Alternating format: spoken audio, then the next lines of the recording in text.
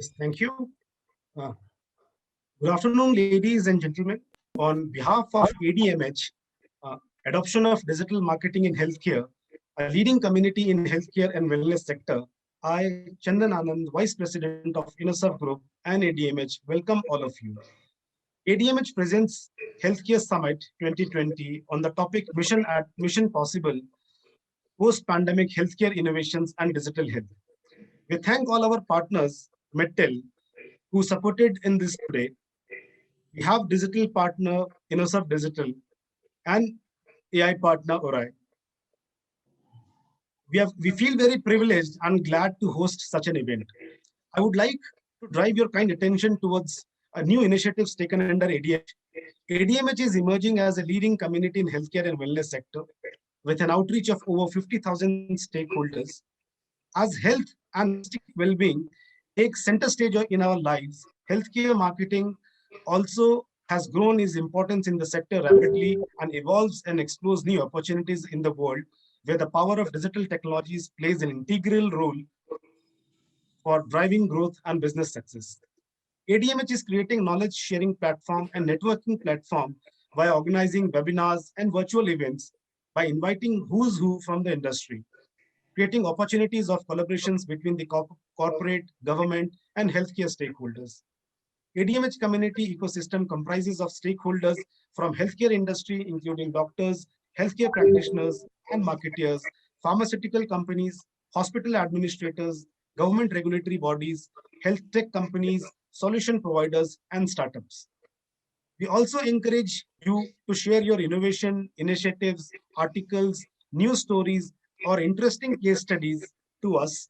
Our editorial team will help publish the content on ADMH portal with a wide social media impactful reach via LinkedIn, Facebook, Instagram, and Twitter. This is a welcome move through the initiative of Right for Us. We encourage every stakeholders to share your best practices with us.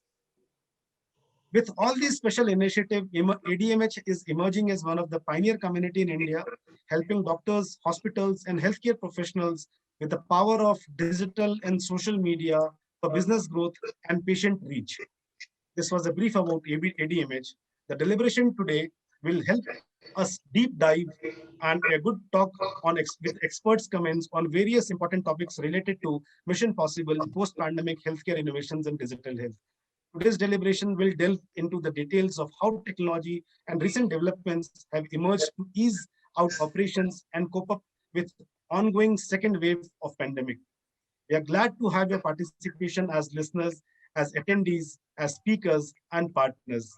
Keep the interaction on by asking questions on our chat box. Help these sessions to be more dialogue rather than a monologue. This is my appeal to all the audience. And at the last, we'll be flashing a feedback form once we are close to the session end. Once you fill the feedback form, you become eligible of getting the e-certificates as an attendee. We are really, really thankful, all of you, scheduling your time for this particular webinar. Thank you so much. I pass on the mic, the virtual mic to Ved Prasad, my colleague, to please introduce the panel speakers and the moderator of the day. Thank you. Thank you so much, Chandan sir. So good afternoon, everyone. I'm Ved Prasad Thakre, event head for ADMH. Heartily welcome you all in today's webinar. I feel very privileged and glad to be here today. Now it's time to introduction of today's speakers onboarded. As a participant speakers with us, we have Dr. Tarang Nyanchandani, Chief Executive Officer at Sir H.N. Reliance Foundation and Research Center. She is an orthopedic surgeon, an MBA holder, and a healthcare administrator.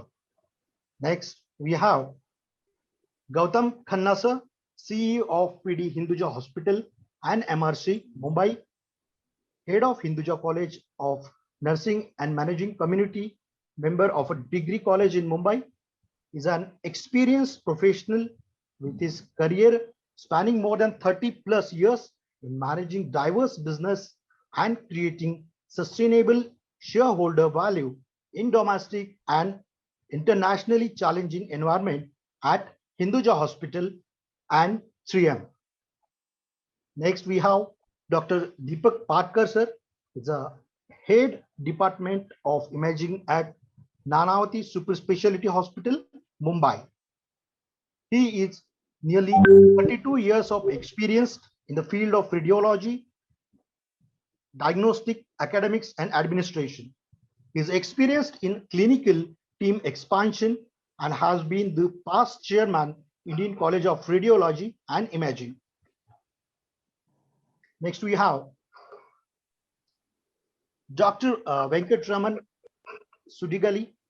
He is the director and CEO at Excel Multi-Speciality Hospital, Hyderabad, India, and a visiting consultant for the UK and Ireland Medical Council. He is also the brand ambassador of the Royal College of Radiologists, UK, and has the MBA in Advanced Healthcare Management. Then Dr. Suryakant Das, co-founder Medtel Healthcare, a doctor and an IMA graduate with experience in healthcare industry, is presently co-founder of Medtel Healthcare, heading business and investments. He has worked with Apollo Hospitals and Max Hospitals and has acted as healthcare and product consultant to startups to help and then navigate. So this was brief about the today's speakers. Now over to you to today's moderator, to Dr. Soumya. Thank you, Ved. That's a great start to the session. So I welcome all speakers for today's session. I think it will be very fruitful and we will get a lot of, I say, inferences and things, lot of COVID ideas post-pandemic, how we can innovate solutions to make this world a better place.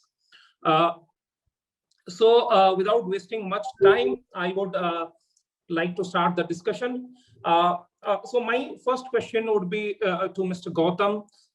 Sir, you have an experience of so many years in this domain in hospital and healthcare.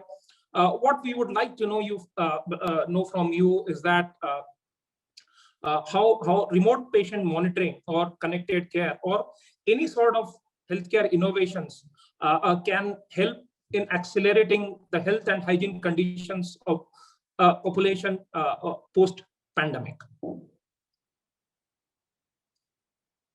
So how do you believe that, what are the major innovations that will happen in the healthcare sector post-pandemic?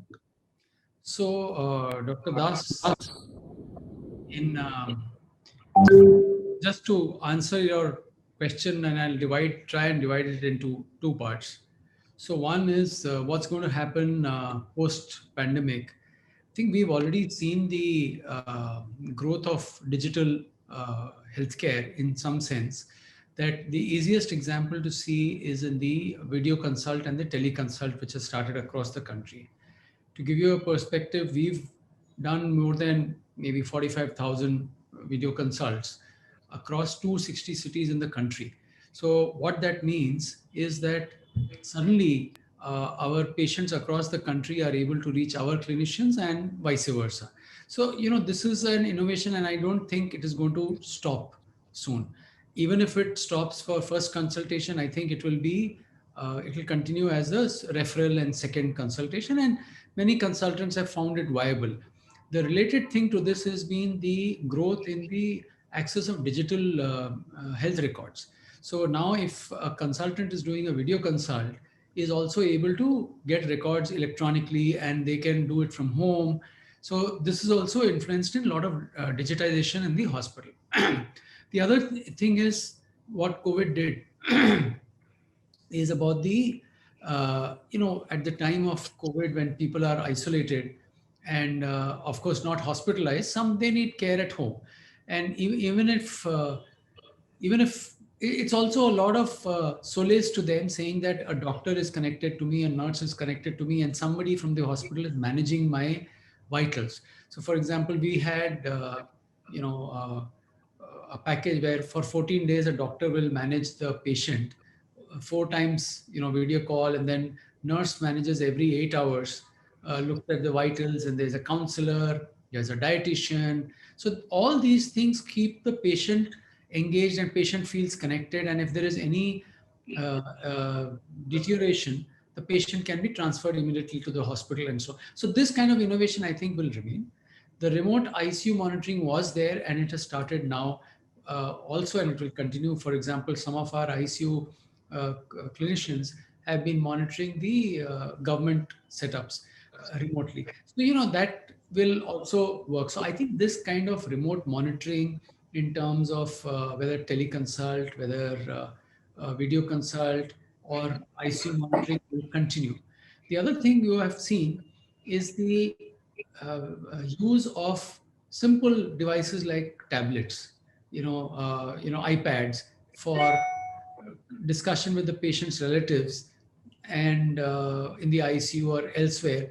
And that is something, is a innovation in that sense. It's a very small thing, but what happens is then the patient's family can be anywhere, the doctor can be anywhere. You don't have to be waiting around all the time because we don't know when the doctor will come.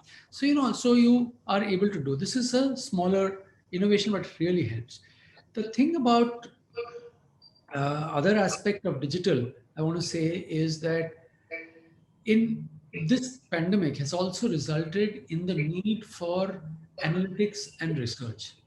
And you have seen many research papers have come out on COVID.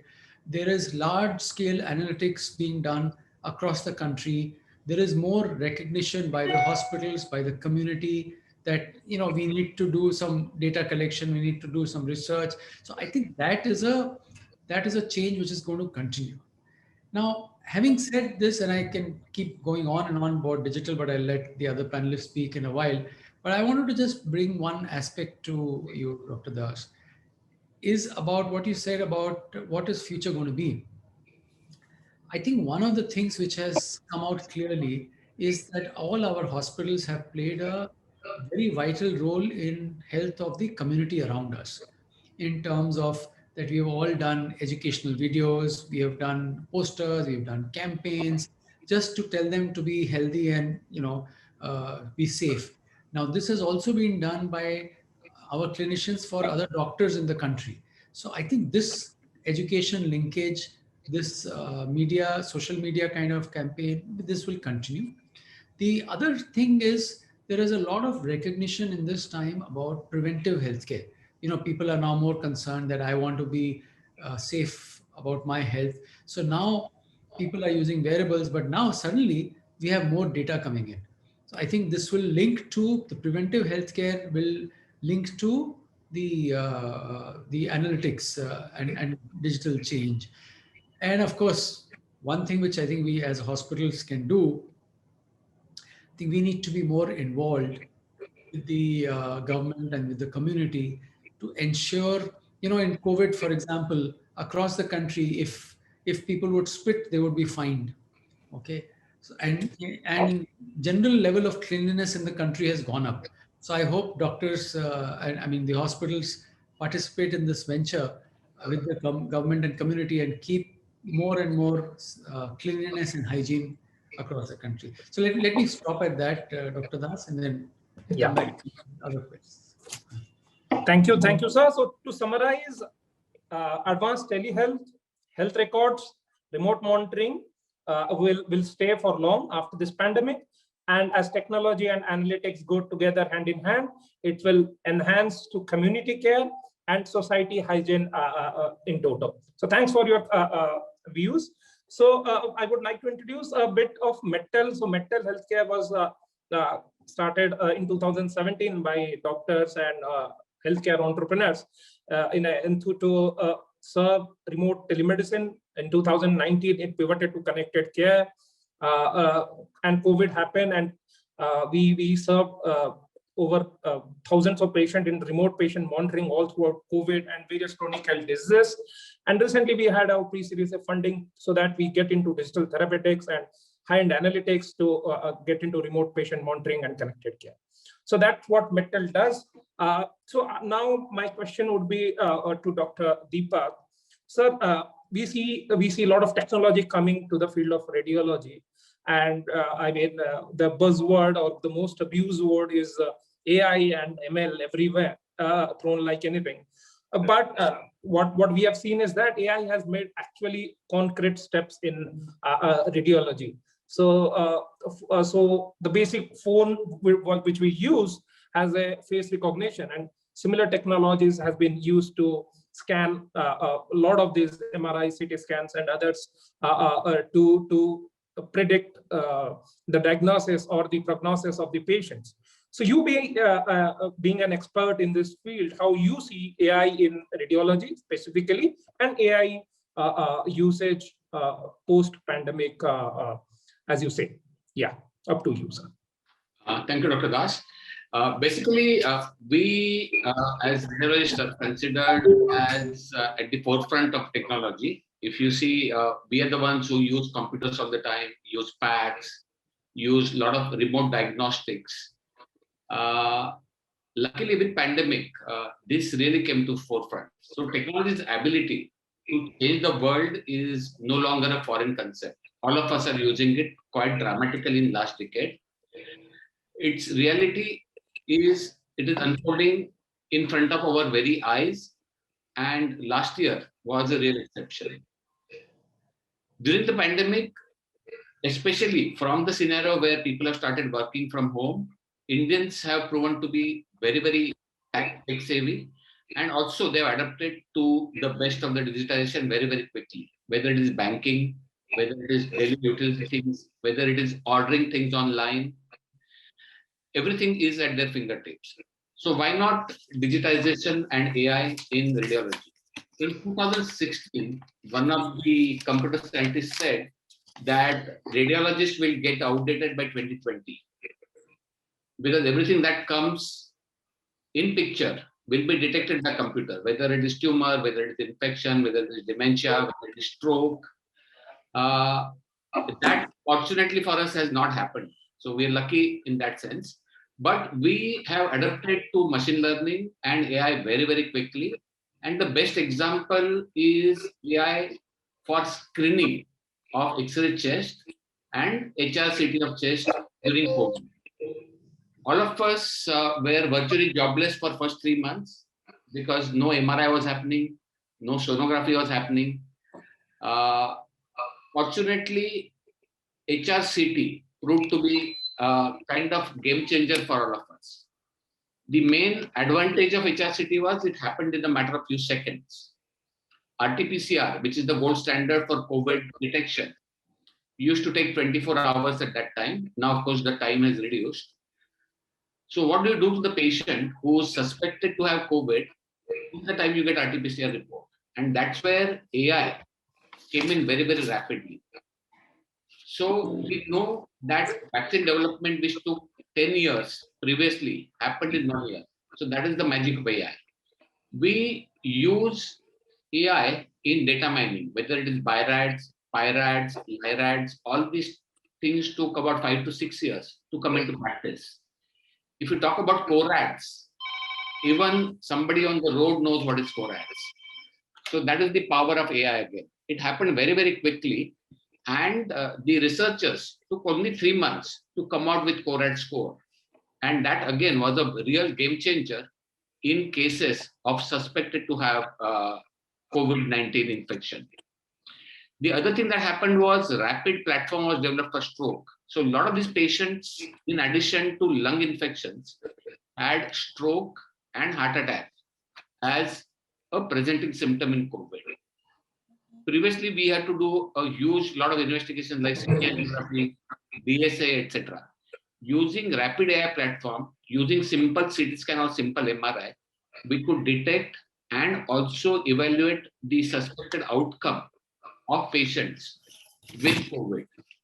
The major thing that happened was it added immense value in hospital-based practices like ours, where suspected patients came to your doorstep without knowing anything.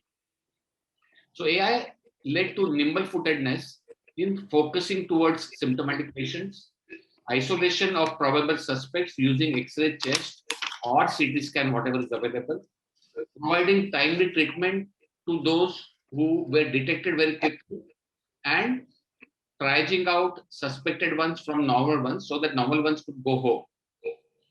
This really reduced the community transmission by minimizing the stress on healthcare systems. People were not unnecessarily admitted in the hospital. The deployment model that we used was data sets analyzed basically using Indian AI-based softwares in the hospital.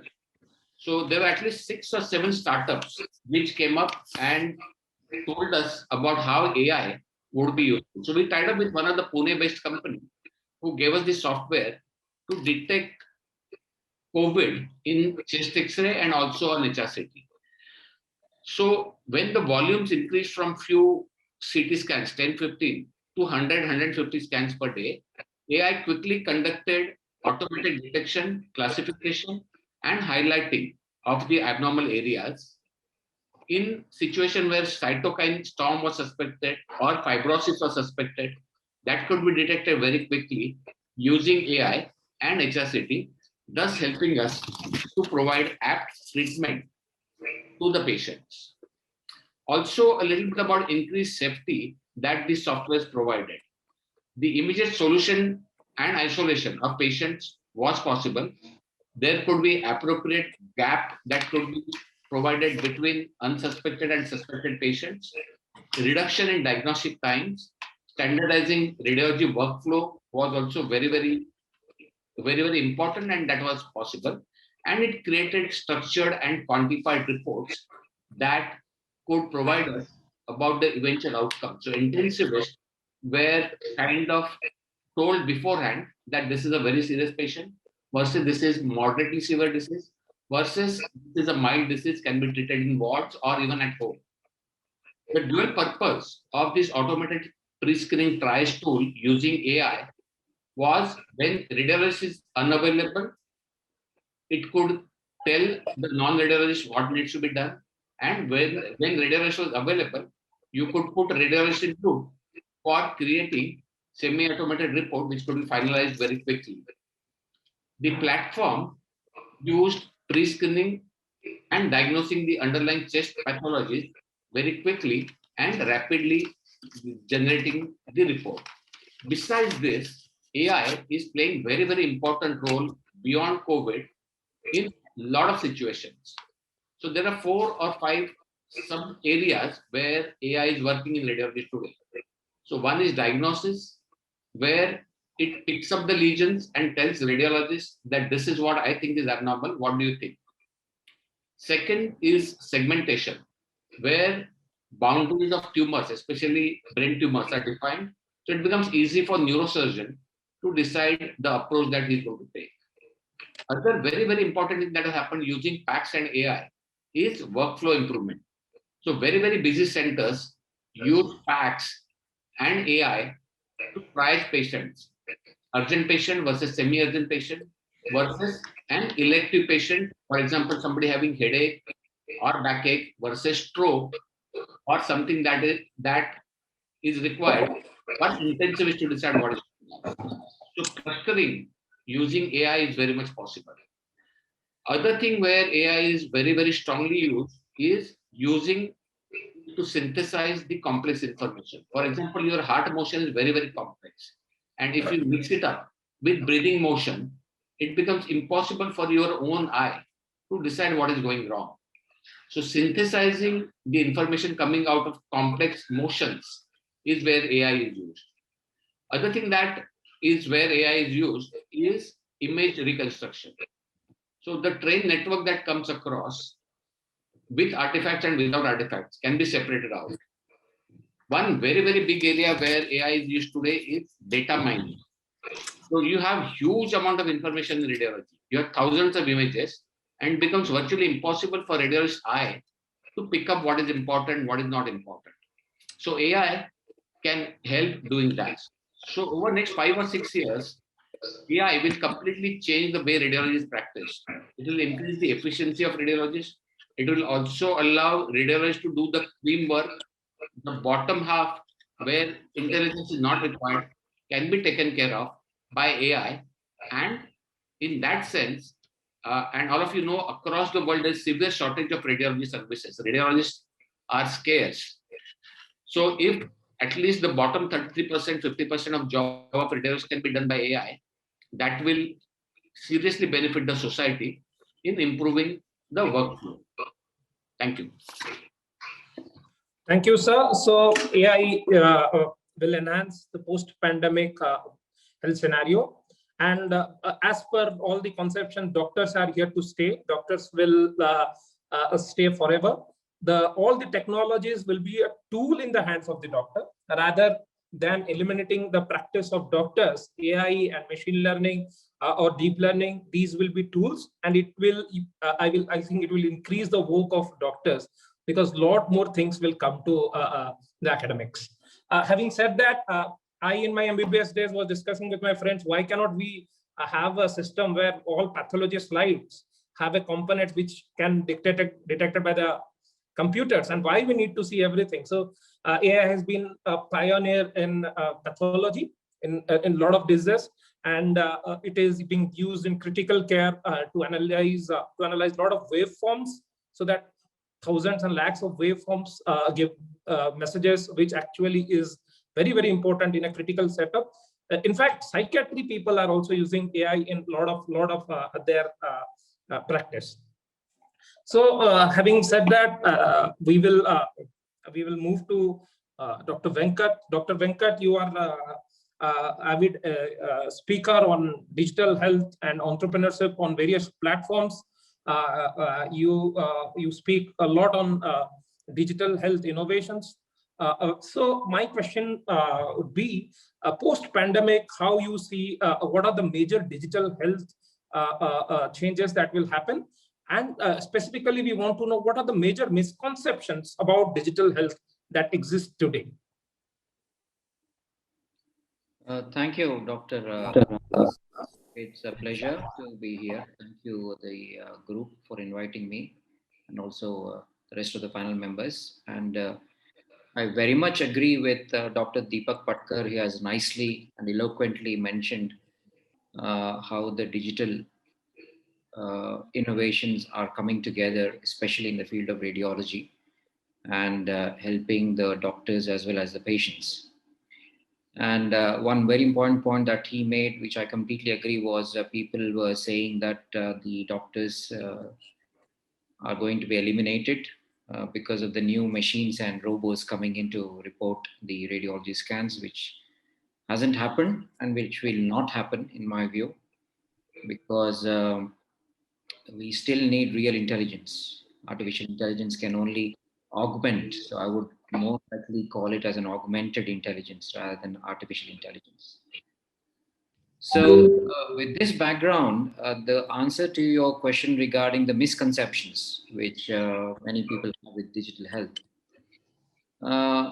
See, India is a big country. We are 1.5 billion population, and almost half are below the poverty line, uneducated.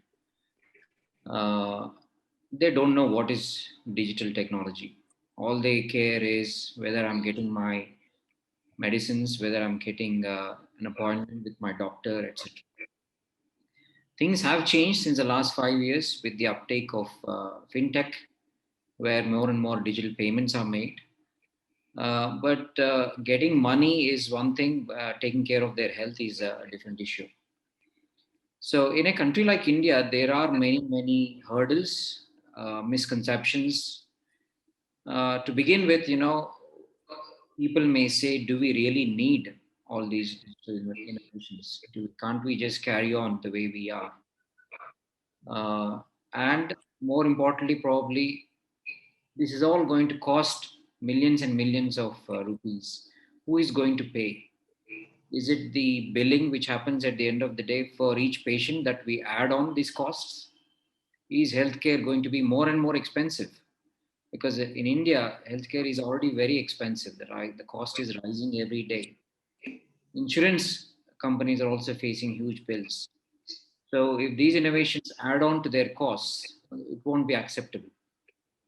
So these are some of the queries that they have. Are doctors going to be replaced? That is another misconception where people really are concerned. The other more important thing is cyber security. With all these digital things going on, as an example, I'll just give you a recent story. Just a week ago, I work for Ireland Medical Council as well as a consultant. There was a huge ransomware attack where people essentially stopped the whole healthcare system of Ireland, especially radiology, and they were demanding huge amounts of money as a ransom. So, as an example, this is a cybersecurity issue, and who's going to take care of all the cybersecurity that is needed to maintain digital health records, patients' privacy, etc. So, these are all the misconceptions or the concerns that many of the patients in India and the doctors in India are having. So, to alleviate, NDHM is doing quite a lot. In fact, I had a recent meeting with one of the senior officials also. So government is trying their best to reduce the cost, get in cybersecurity laws. There also has been patients' privacy laws, which have been recently announced by the Supreme Court as well. Also, with COVID pandemic, there has been improvements in the uptake of technology. Supreme Court also has announced laws on telehealth and teleconsultations platforms. So all these are coming together. COVID has certainly accelerated the uptake, but I think, in my opinion, the real test would be post-COVID. So it's not 2020 or 21 which are making a huge difference. It's 2022, in my opinion, because after the COVID pandemic, we really have to see how many patients can really uptake the digital telehealth platforms, how AI will affect healthcare, because now we are all desperate and we don't have much avenues to explore. So yeah, this is my opinion on digital healthcare in general. Thank you, sir. So we summarize that we have to take care of the population resistant to change. We have to evaluate the cost structure. I mean, how we can enable cost structure made through population policy or insurance policy or whatever that comes. Major concern is data security. We need an Indian version of HIPAA, maybe not. Are the authorities working on a data security rules and regulation? Yes, to an extent. We will see. Will we see a improved version? I think yes, we will see, because a pandemic has taught us that how data security and data utilization is important, and we expect that NDHM and the authorities or the government bodies also work in hands with the startups structure in the country, and the outcome is good for the population, good for everyone. So having said that, thank you, sir. So we are moving to Mr. Gautam. So, sir, remote patient monitoring was a thing that happened in this pandemic. So a lot of sensors, wearables are coming into the market, and hospitals are also experimenting with a lot of remote patient monitoring tools, sensors, and wearables. So as you are a techie with vast experience in the healthcare and hospital sector, what do you see in the next 5 years in remote patient monitoring, wearables, and sensors vis-a-vis hospitals using them? So, Dr. Das, these wearables and sensors. So sensors have been around, but they've not been used. There've been examples of, various sensors being used on a kind of a vest which the patient is supposed to wear, and you monitor remotely within the hospital premises, within the wards, and but this is not taken off so much. What I am thinking that in the next 5 years, depending on the physical infrastructure, there will be a time when the wards may be a little bigger, and patients may have some kind of a sensor based, either they are wearable or they're attached or it's a vest, I don't know.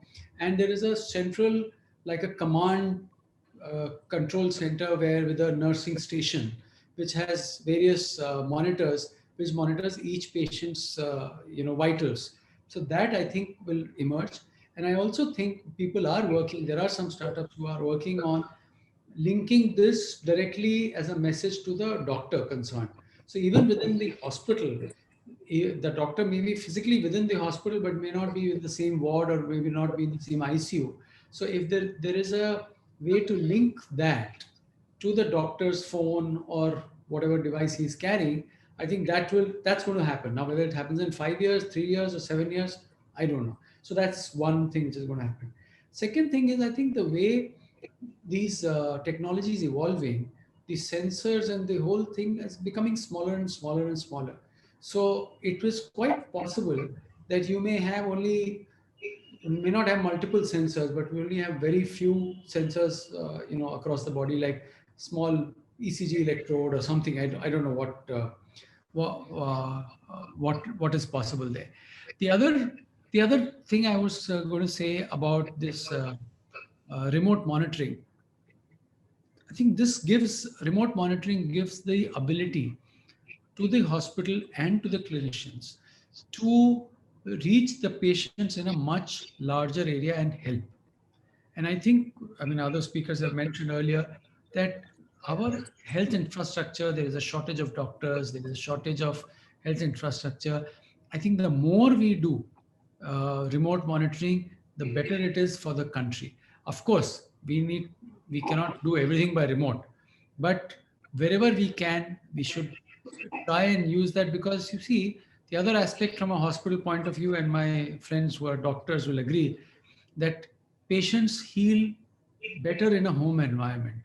Once they start going home and they see family and so on. And so in that respect also, it's better that patients are at home, they are close to their family members, close to the GP or their family doctor, and it's being monitored by a specialist from far. So I think this is going to happen.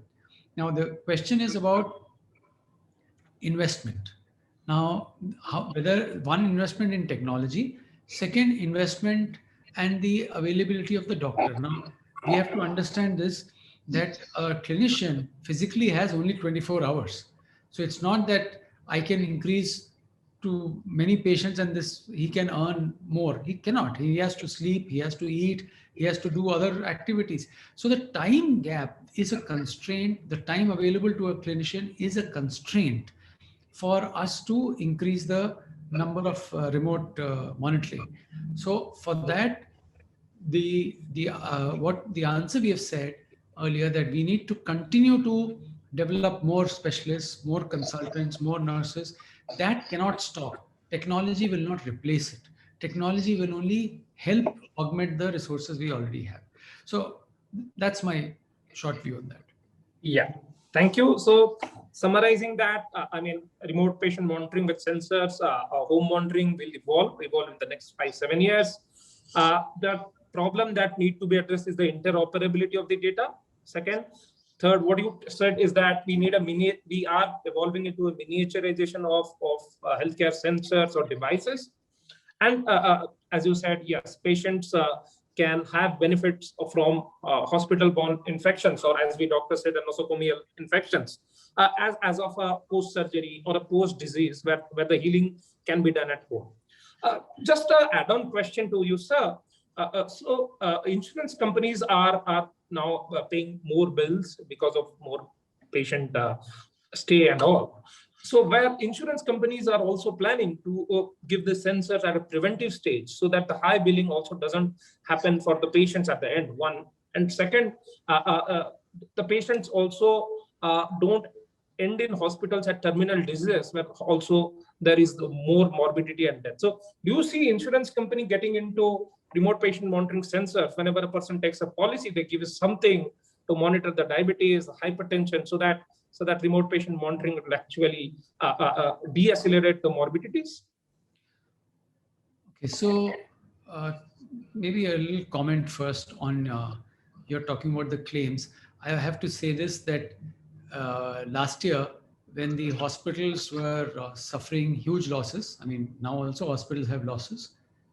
Insurance companies, by the way, did not incur losses. They made record profits because the claims were less. So I think we just need to keep that perspective in mind.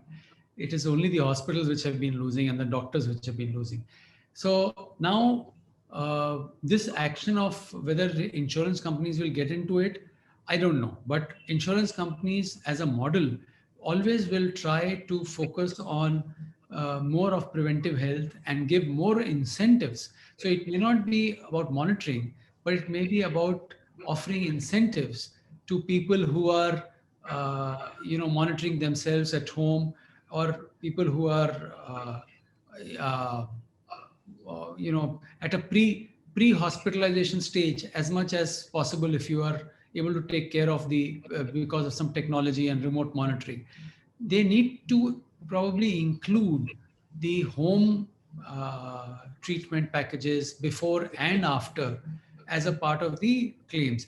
If they incentivize that, more people will utilize it, and if more people utilize it, it will be better for the community. I mean, I'm not saying for the insurance sector, but I think it's overall better for the community if people are, they're just paying less claims. Okay. Thank you, sir. Points well taken. We have a audience question, and I would like this question for Dr. Venkat. So Manoj Mishra asked, how much India is ready for remote health management, especially villages and rural areas, considering the literacy and affordability? So how can startups and hospitals and healthcare institutions provide remote health through technology, and how can startups leverage that area? Yeah, thank you. I actually work with several health tech companies, including from India and from abroad. I have a very positive view, especially considering the size and the structure of a country like India. Rural area has been underserved since ages. Since we were in medical school about 25, 30 years ago, the situation has hardly changed since that time. When we used to read, there is a lack of toilets, there is a disease, which is like an epidemic in the rural areas, etc. And more doctors, for whatever reasons, more and more good hospitals, specialized care centers are being established in the urban, and nowadays in the tier 2 and some in tier 3 cities also. So it's the remote locations which are always going to be a problem. And this is where the gap can be really addressed by the technology. And we also have been seeing, especially with COVID, that many doctors are willing to, remotely treat patients. Of course, in some specialties, it is not possible, like surgery or gynecological procedures, understandably. But things like diabetes, which is a chronic illness, things like, simple upper respiratory infections, and even mild COVID cases are also can be mostly managed by remote consultations. Patient can be anywhere in the world, in fact. So this has been a huge driver for such a change. And this is a very positive change for a country like India, because now patient can be anywhere and the best doctor of the nation can access via remote consultations. Previously, this was even impossible to think about. So I think the future for remote consultations is really bright in a country like India, and this will bridge the gap to a certain extent between the urban and the rural inequality in the access of healthcare. Okay, points well taken. So chronic illness and COVID and other diseases which are on a long-term basis, follow-ups after surgery can be solved through remote patient monitoring, helping people to save the amount of money. So they spend on logistics, especially traveling to tier 1 or tier 2 cities, and not so people in our experience leave their daily job for a day or two and travel to hospitals. So there is a lot of cost involved, which can be saved, and good care can be provided. Thank you. So I would again move to Dr. Deepak.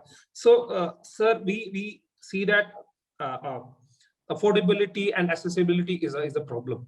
So I would move from rural areas to a super specialty hospital like yours. How can you address accessibility and affordability in a setup like yours? What are the strategies that you can, apart from your corporate clients, apart from people who can actually pay? How does your institution work on solutions that make affordable and accessible healthcare? So we, as our part of activities that we do as a charitable part of the hospital. We do 10% patients free, and we have tied up with a lot of NGOs as well as corporates who spend their money on patients' health across the country. So we are connected with about 68 smaller towns which have no access to easy healthcare solutions and do teleconsulting for them. We are tied up with ISRO and have connected to about 25 African countries and provide them three faceted services. One is training their doctors under certain specialties. Two, also conducting webinars for them. And we have been doing this for the last 12 years. As a part of our international marketing front, we provide subsidized services on consultation basis with all these super specialists in our hospital with remote areas in African nations. If we have to widen your question a bit, when we talk about healthcare in remote areas, there are always three parties involved besides our hospital or any other hospital. It is the patient, hospital, and several healthcare organizations like WHO, economies, the rich economies as well as poor economies, and governments which always get associated with healthcare. So for healthcare provider, digitization and AI can really help in a lot of ways. And we know that we are going to witness severe shortage of physicians, nurses, etc., which we saw during pandemic. Everything in terms of infrastructure government could provide, sometimes with difficulty, sometimes with ease. But what was eventually short, especially in the first wave, not so much in the second wave, was nurses and doctors. We know there is going to be severe shortage of physicians in upcoming years, at least for next 2 or 3 decades. There'll be increased requirement of decision-making by physicians. So when you have decision-making tools like AI at the hand of the physician, it will definitely improve the efficiency of the doctor and effectively manage physicians' time. Because as Gautam said, we will have fixed time. I mean, doctors can work for 8 hours, 10 hours, 12 hours. Within that given time, how to optimize their efficiency is what we have to think. So AI will really help in facilitating informed decisions. So if you have a lot of information at short time, decision making can be very easy. It will significantly reduce the errors that doctors commit because of lack of information, say past history, past diagnostics, which is very, very difficult in India. Across NHS in UK, everything is digitized so well that at a click of a button, you can know from the patient, from the time the patient is born till the time he visits the hospital, whether he is 10-year-old, 20-year-old, 40-year-old, entire information is available to the doctor. So automation of record and the entire clinical data with AI-based tools will really reduce a lot of burden, not only on the doctors, but also on the staff and patients themselves. Storing and retrieving intelligently will be the way forward. Doctors can access the comprehensive data of a patient, including hemodynamic parameters, pathology, radiology tests, and making the decision through EMR is the way forward. Automating administrative tasks, freeing physicians' time so that he can spend more time with the patients is very, very important. Also important is automating certain administrative tasks, because these tasks are performed by and large, non-nurses, non-doctors, and that's where errors happen. So if that can be automated, a lot of reduction in medical errors will happen. That will reduce the morbidity and mortality of the patients. When you talk about healthcare organization or economy or government, developed countries have a lot of expertise available. They have adequate healthcare institutions, whether it is primary care, tertiary care, or quaternary care. So if you look at the disability adjusted life years in European or American countries versus Asian or African countries, there are a lot of life year lost in Asia and in Africa. Developing countries have less expert doctors, doctor-patient ratio is low, and there are few healthcare institutes. That needs to be changed. We need to go to ASHA workers and provide them facilities which will help them to perform very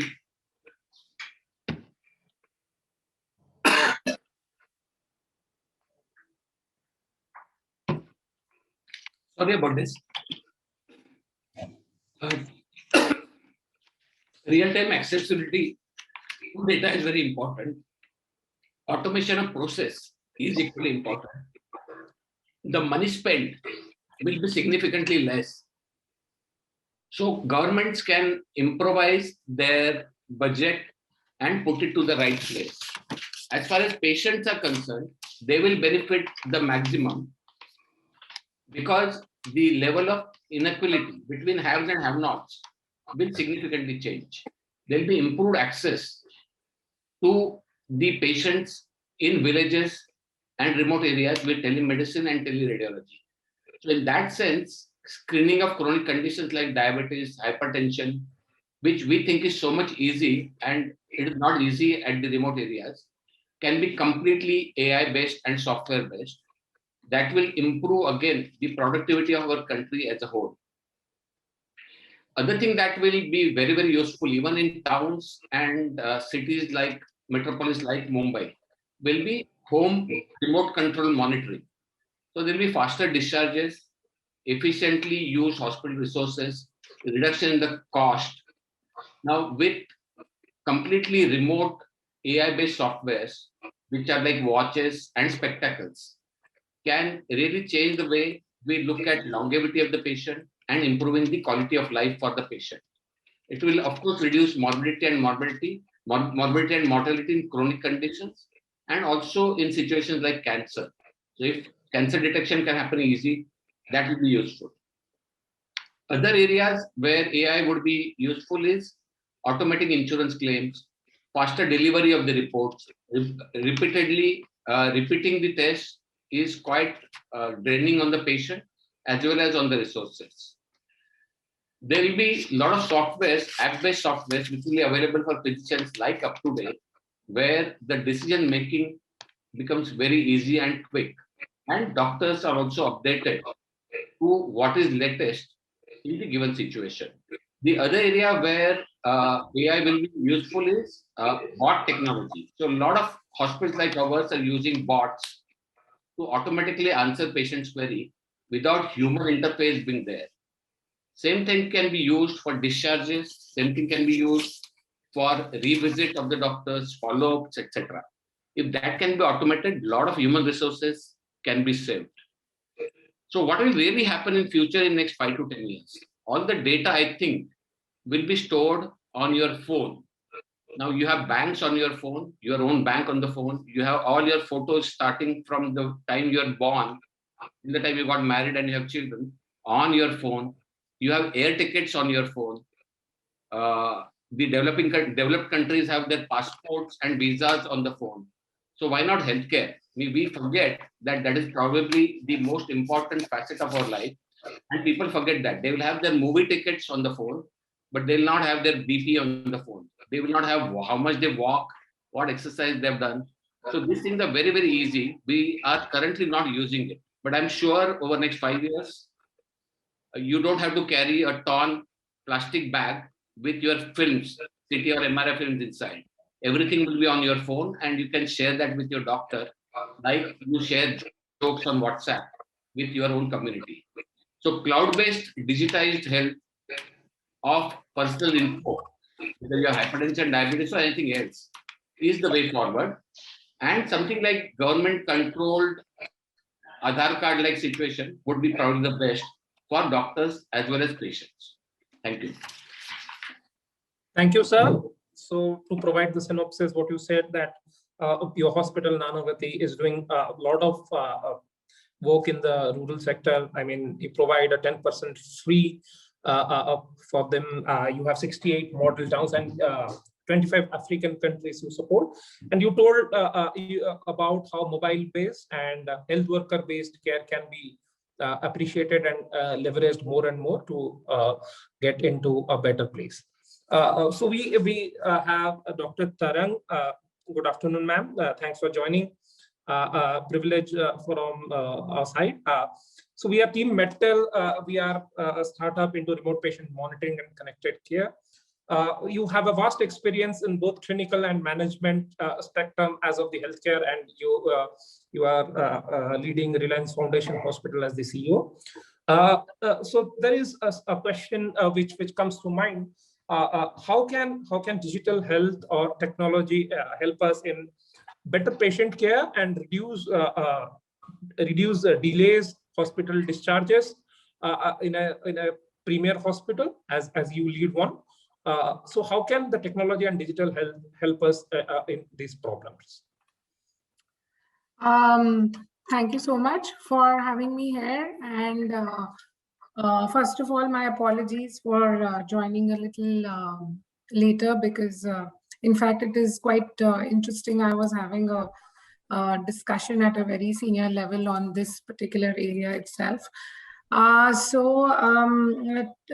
short, I think lots have been said and lots have been discussed, but we need to now get a little action oriented. So with that thought process, we at all across Reliance, we are trying to get all the processes integrated, and hospital is obviously has been now in the forefront, not only for the city, the state, as well as the country, as well as of course for Reliance for almost 16 months now. Digital technology definitely play a very, very important role, and not only in only admission and discharge, but I think in a lot of processes, we have seen this through the COVID wave, where we started these digital consultations for the first time on our Geo Health Hub platform. And as Dr. Deepak was also mentioning, I'm sorry I couldn't hear the other colleagues on this platform, but whatever I gather from him, that people today have the movie tickets, people have the air tickets on their phone. What we did differently, we brought everything on the phone in the healthcare space also. So through our platforms, which is integrated in RFH, as we talk today also, where all of us and all in Reliance are on that platform, anybody who needs to know his blood pressure, he has the way that it will get auto-calculated, and he can get his blood pressure if he wishes, because of the kind of integration we have done. Likewise, whatever steps in the day you have clocked automatically come on your phone, and if at all anyone visits or wants a preventive health checkup with RFH, all those reports are available to him at the click of a finger, as well as when you are unfortunately, if you are hospitalized in our hospitals, then all your reports, they come the same way they come to on your phone, the same way they go on any doctor's phone who is treating. So all these things definitely are possible. It's not, and we will not be waiting for years for it. These are in a matter of time. We will see a vast growth in digital industry. In one of the reports which I was reading, it says that there has been a 200% increase in the use of digital platform in US and artificial intelligence, and 70% of the doctors who were earlier only 15% using this platform, it has gone up to 70%. Same data, or probably more of such data would be available from India also, because I have seen the change. I think all the colleagues who work in the hospital industry have seen the change. The doctors who were always, as doctors, we only know a patient-doctor relationship with a front-to-front interface. But COVID made us realize that the things can change. Of course, it's not 100% as when you see the patient, but it is quite of a percentage where you can treat the patient. Same way for various operational processes, wherever we need the interface of people with the patient, I think it can be completely curtailed down by digital and the AI piece. For example, with the use of the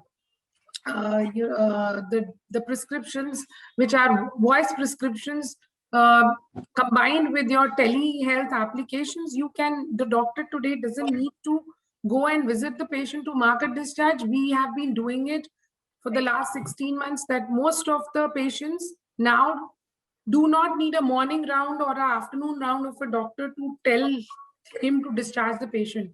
It can be done all online.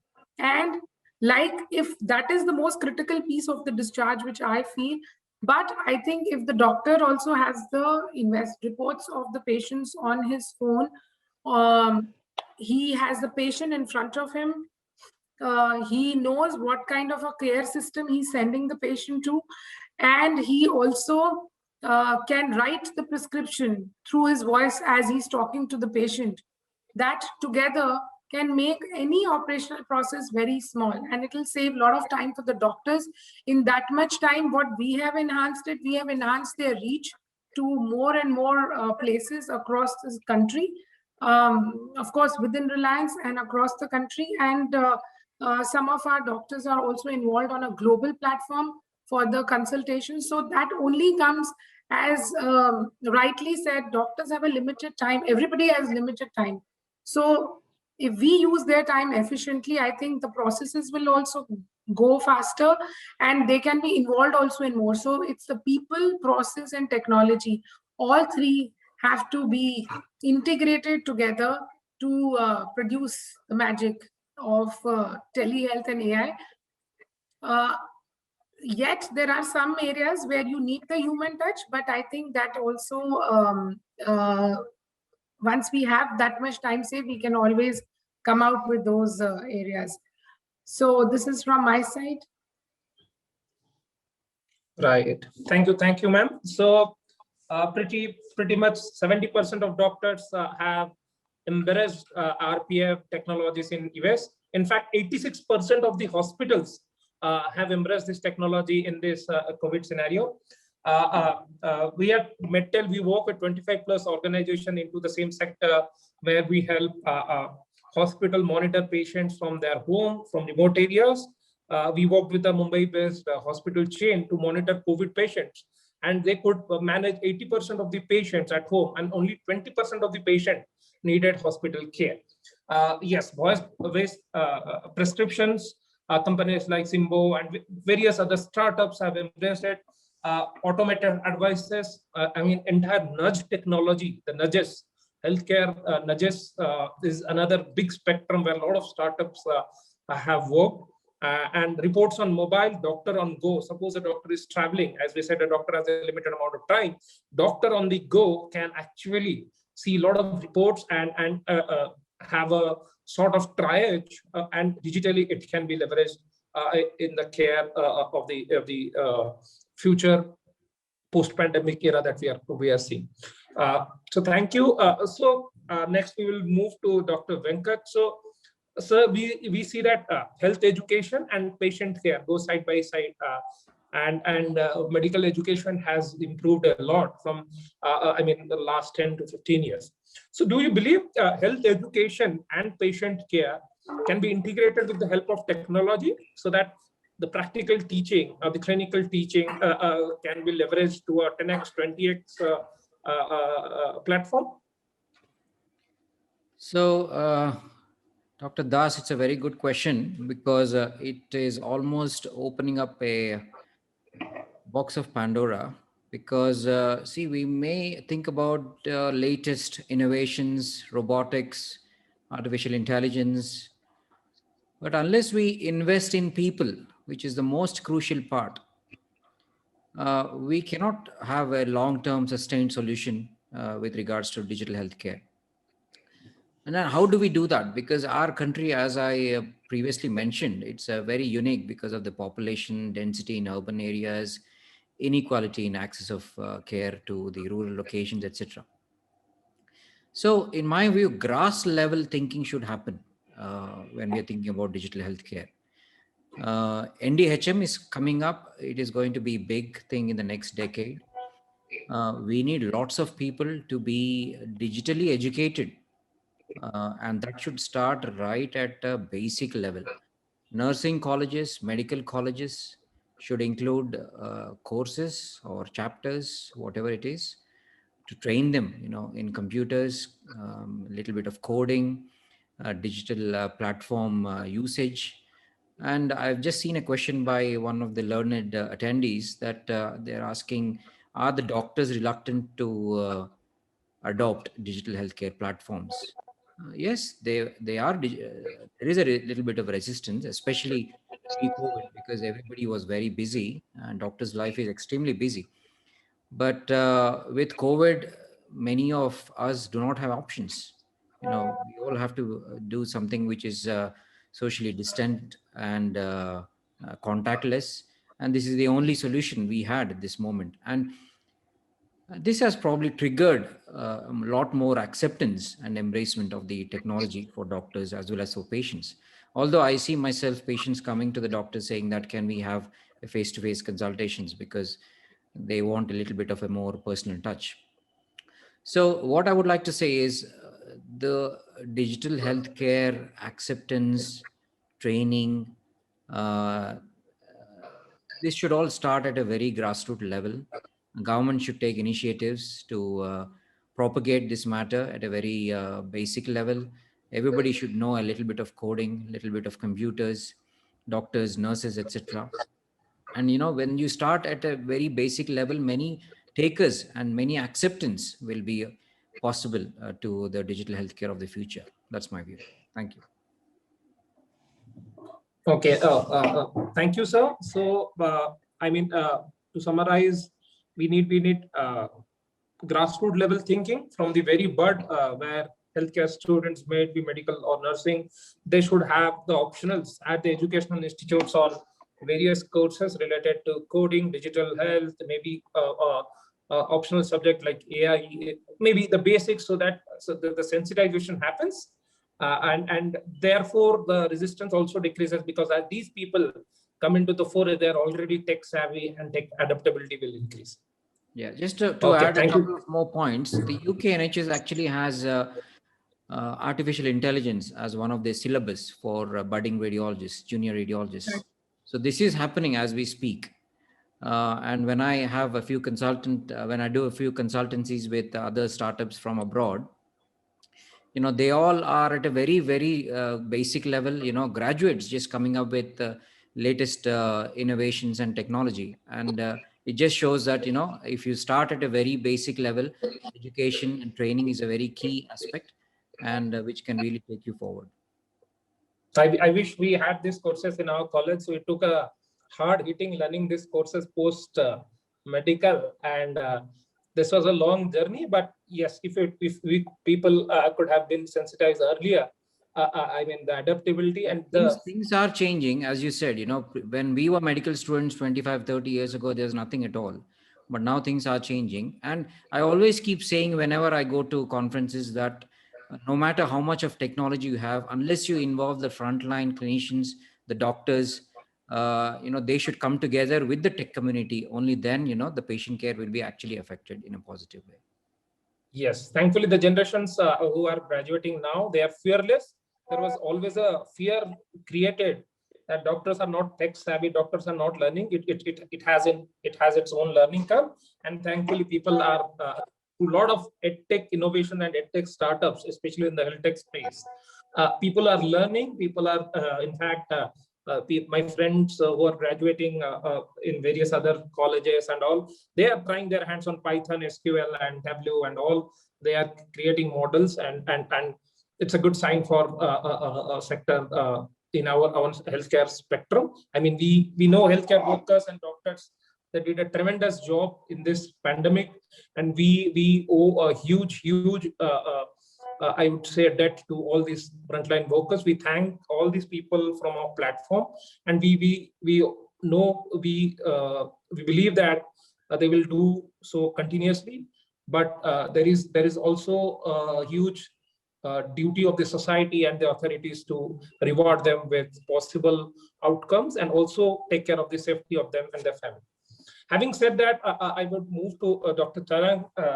Ma'am, your foundation hospital is doing great work. So can you tell us something about various tools, machinery, or something constructive that your organization is doing to provide healthcare to remote areas, or in sort of or a social society contribution that you people are doing in terms of healthcare services?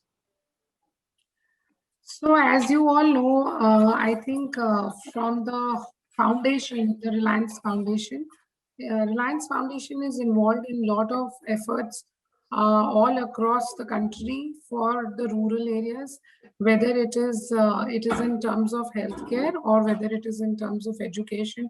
It is at all levels. Now, with regards to COVID, we are also in the process of building up a strong platform to provide a holistic solution, because the aim is we want to one day ensure that we can go ahead and do a robotic surgery sitting from Mumbai in a district hospital. And that is something which is possible. I'm sure if the best of the medical skills join hands with the 5G and the best of digital tools, that will definitely be a possibility one day. So with that, we will, but that it's a long way to grow.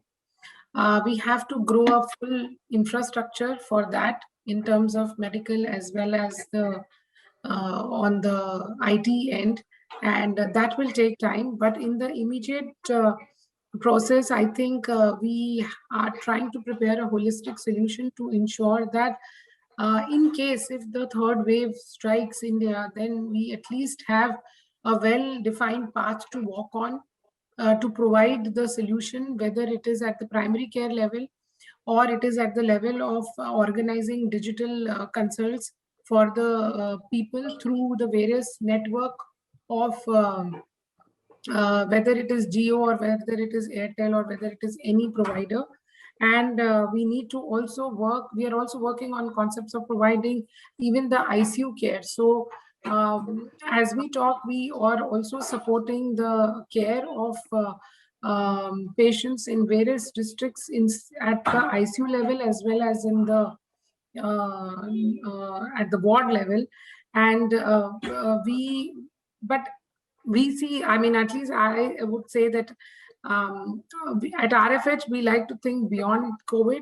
So we are also developing solutions so that we have these integrated ambulances which are digitally connected to the best of the hospital. Obviously, as HN Reliance Foundation Hospital alone will not be able to cater.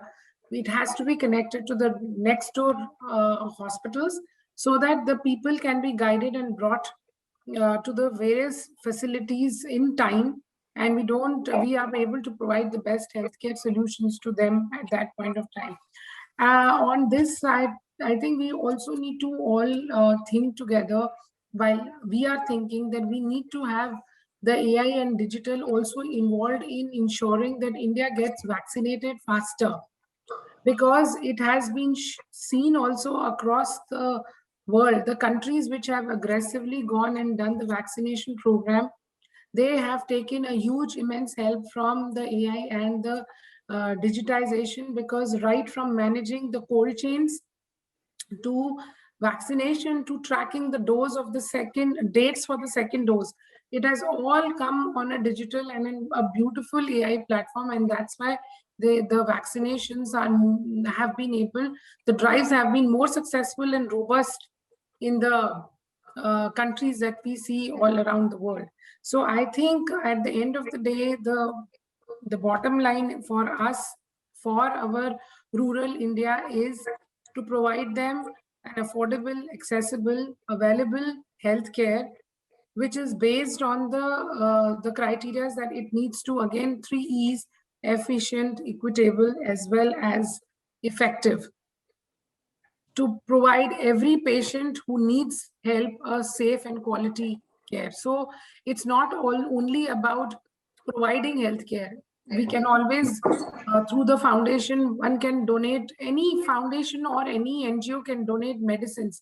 But who is checking the expiry dates of those medicines?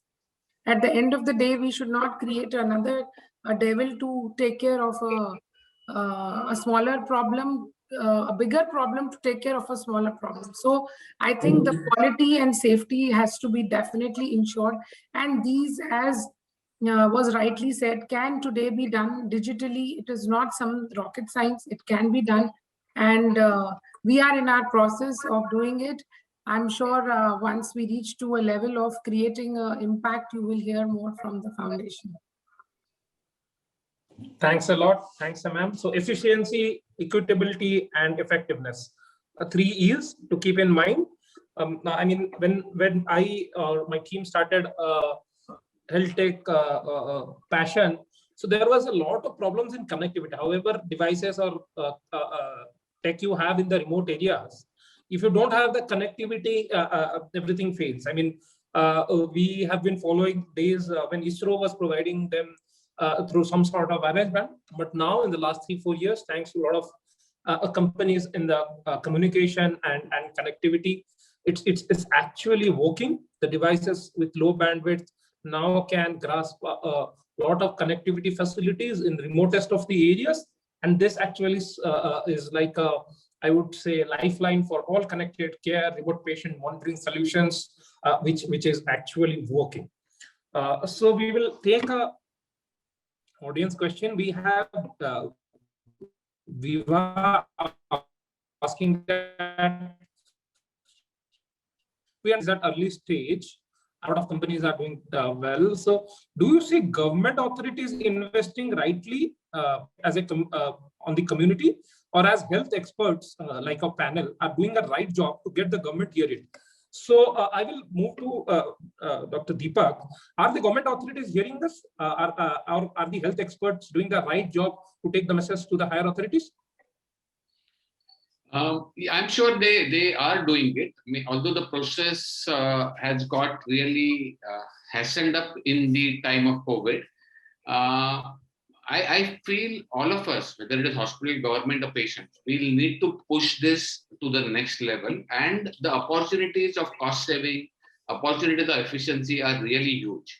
So if you can do it together, it's not a one-person job or not one subset job. It is all of us who have to do it. Digital changes have happened because of participation of government, participation of the end user, and of course there were catalysts in the form of all the giants that we talk about.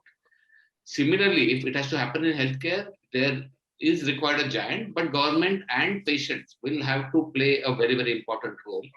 And that is the only way forward. People have realized that, and people have realized that really fast in this last 1 year, how important the health is and how important keeping your data together for efficient usage of what you have.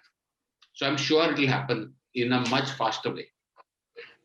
Yeah, Doctor, thank you, sir. So Dr. Venkat, you are working with some sort of government associations, and you mentioned NDHM. You also in the past have worked with UK NHM. So do you see a contrast? Do you see in the difference in the adaptability? How far Indian authorities are reacting to it? Is it a knee-jerk reaction to the COVID pandemic, or it will stay? I wouldn't say it's a knee-jerk reaction because the plan from the government side regarding digitalization of healthcare was there since even before COVID. But one thing what I would like to say is, after working in so many countries across the world and seeing and experienced in different healthcare systems, even advanced countries with all their preparedness and with all their funding, they also have difficulties to implement and to run a digitalized healthcare system. And the earlier example of a cyber attack that I gave you in Ireland, which happened just 1 week ago, is a startling example for this. So India's ambitions are really huge, which is nice, but there are challenges to implement in such a big country with all its constraints, etc. And the question which I go back to initially, where I said, who is going to pay? Because this is all going to cost huge amounts of money. Is it going to trickle down to the patient? Are we going to bill the patient? because we are digitalizing their healthcare. In which case, it's not probably going to be acceptable. Digital healthcare should make healthcare cheaper, not expensive. That's my view. Thank you. Thank you, sir. So we see that authorities are working on it, and I mean, so there lies a solution to your question, the affordability. I think lot many innovative startups should build solutions that are accessible and affordable. And thanks to startup system that is growing in India in the last 3 to 4 months, we are seeing a lot of unicorns in various segments. We hope that health tech also get into that mode, and a lot of innovative solutions come out of a country like India. Obviously, as it grows, the various authorities, be it the government startup culture or the various investment authorities and bodies invest a lot into affordable care, both at the rural level, even at tier 1 and tier 2. In fact, we see a migration where the urban people who can't even afford in the 50 to 60% in the urban areas also can't afford actual effective medical care. So there lies the solution on us, various startups to come up with affordable solutions. So thank you all. So we will wrap up this in the next 10 minutes. So before wrapping up, I would like to hear from each of you how a startup like MedTel, which is working on connected care technology, what should it focus on, and how can it leverage various hospitals and healthcare institutions? May it be affordability, may it be superior technology, or maybe the cost structure. What are your messages for a startup which wants to get into connected care and remote patient monitoring with your experience? I will start with Dr. Deepak. So basically, first and foremost, getting the data together. We have a habit of putting everything on paper and the paper gets lost. So first and foremost is collection of data. If the machine has to learn or if AI has to work, the data has to be there. Everybody says that data is the oil of future or it is the gold of future. So currently we have 1.4 billion population and everybody falls sick, whether you like it or not. So you should have data for 1.4 billion people. We have Aadhaar card for everyone. Why can't we have a data collecting system? You got simple cough, cold, you got cancer, you got stroke, you got heart attack. Everything should be digitized first. Once you digitize the data, then you add investigations to it. You got genetics to it. The opportunities are huge. And not one giant can do it. We'll require probably 10 giants doing this. And each one can take a subspecialty. So you have health of the patient, you have genetics of the patient, you have past investigations of the patients. Based on that, machines and AI-based softwares can predict what this patient or a person is going to require in future. A diabetic is going to get peripheral neuropathy, kidney failure, strokes, heart attack. A cancer patient is going to require a PET CT. He may require chemotherapy, he may require radiotherapy. So predicting the requirement and budgeting can happen with machine learning. It can happen with AI. But for that to happen, we have to have data collection. So first and foremost, you require a startup which will collect the data of the patient on a national level, on a national platform. Once you do that, there could be 10 startups working on major disorders like diabetes, hypertension, cancer, strokes, heart attacks. Then smaller startups can work up on regional disorders. So there are certain disorders which are regional. So some people can work on that. And then how to reduce the cost by getting to the last mile. So how you can reduce the cost of certain medications, certain radiotherapies, certain treatments where we're spending a lot of money because there are excess resources. How to optimize the resources. Who can use what and who should not use what. So there's a lot of duplication, triplication of things. So somebody can work on that. And then eventually, so it's not as easy as I'm making it out to be, but unless we compartmentalize our requirements, we will not be able to start. So you have to start from scratch, for example, you do not know where to go. So unless we really compartmentalize the requirements and how we can work together, so it's like 5 years plans that we used to have when we got independent. So unless we have a full plan in place, there's no way forward. But there are a lot of opportunities for startups, AI-based softwares, starting from digitization of simple visit of doctor, going up to AI-based diagnosis. Thank you.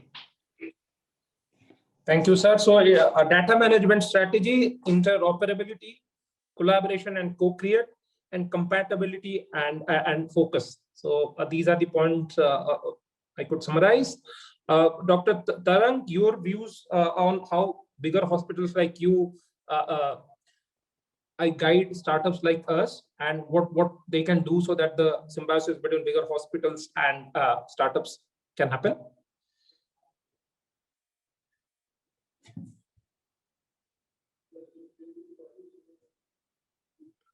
Am I audible?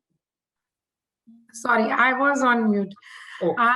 So I think the most important job of the hospitals is to ensure that we need to look at new ideas. So acceptability becomes very important. Whether it is any startup, it has to be given an acceptable platform to understand, to map the various journeys of the patients, the doctors, and any other stakeholder which is important. So delivering healthcare is not a job of only one doctor. Delivering healthcare requires a full-fledged machinery in which even the person who creates your bill is also very important. Even the person who ensures that your reporting is uploaded on time on the system is also important. So how to ensure that all the people who are stakeholders who are there, so aligning of stakeholders, acceptability of the new startup companies, integration of the vision of the startups, your vision, and the expectation of the end user is also a very important point to be considered. And lastly, I think innovation is something which should not have any ceiling. So as we always say, we need to dare to dream, and we need to accept innovations as a part of our existence. And I think then only we can change our mindset and change everybody else's mindsets. Thank you, Dr. Tarang. So last question of the day to Dr. Venkat. We discussed cost, we discussed accessibility, but still startups are innovating day and night. US market is more insurance driven, so there is, as ma'am said, even the billing is so much evolved there, and the entire process of it may be a Medicaid or other things. They're very insurance driven. So having said that, so do you see that hospitals and startups need a insurance sort of boost so that the problem of affordability is addressed to an extent and startups grow on multifolds in the health tech space? Yeah, it's a very relevant question looking at the current climate, Dr. Soumya, because health tech startups have been in focus in the last couple of years, especially after COVID. And if you see B schools across the nation, many people who are totally into tech previously are now coming over to the healthcare space, which is good because the more competition we have, the more innovation we have. So I work with several startups, some very big startups and some very small startups, work with both India as well as US and UK companies. What I would advise is the value proposition should be very clearly demonstrated for any startup to have. Why should a patient pick up the phone, pick up your app, and start off with consultation and keep doing this on a repeated basis? What is the extra value that you're providing to the patient? Is a patient getting what they are expecting? Is a patient getting better? better healthcare than he was having previously. What is your long-term vision as a healthcare startup? So all these things, the startups should really think. And of course, this is a space which is very congested, very competitive. But people who really think on these aspects, and I think they are the ones who can really come up in these fields. And of course, they have to integrate with the frontline health workers. I keep repeatedly saying that, because unless a clinician actually validates and uses this on a patient, and the patient is happy with that digital method, it's going to be useless. So every technology should have a healthcare technology should have a frontline clinician driving it, driving it in the right direction to take it to where the patient actually needs. Because ultimately, what we are here for is we should have our patient as a top priority. If the patient gets better, then everything will fall into place. If the patient has ease of access to the best quality of healthcare without any problem at a reasonable rate, that's what the patient is going to be happy for. So if you think on these lines, I think startups will really make a big difference to the Indian healthcare system. Thank you.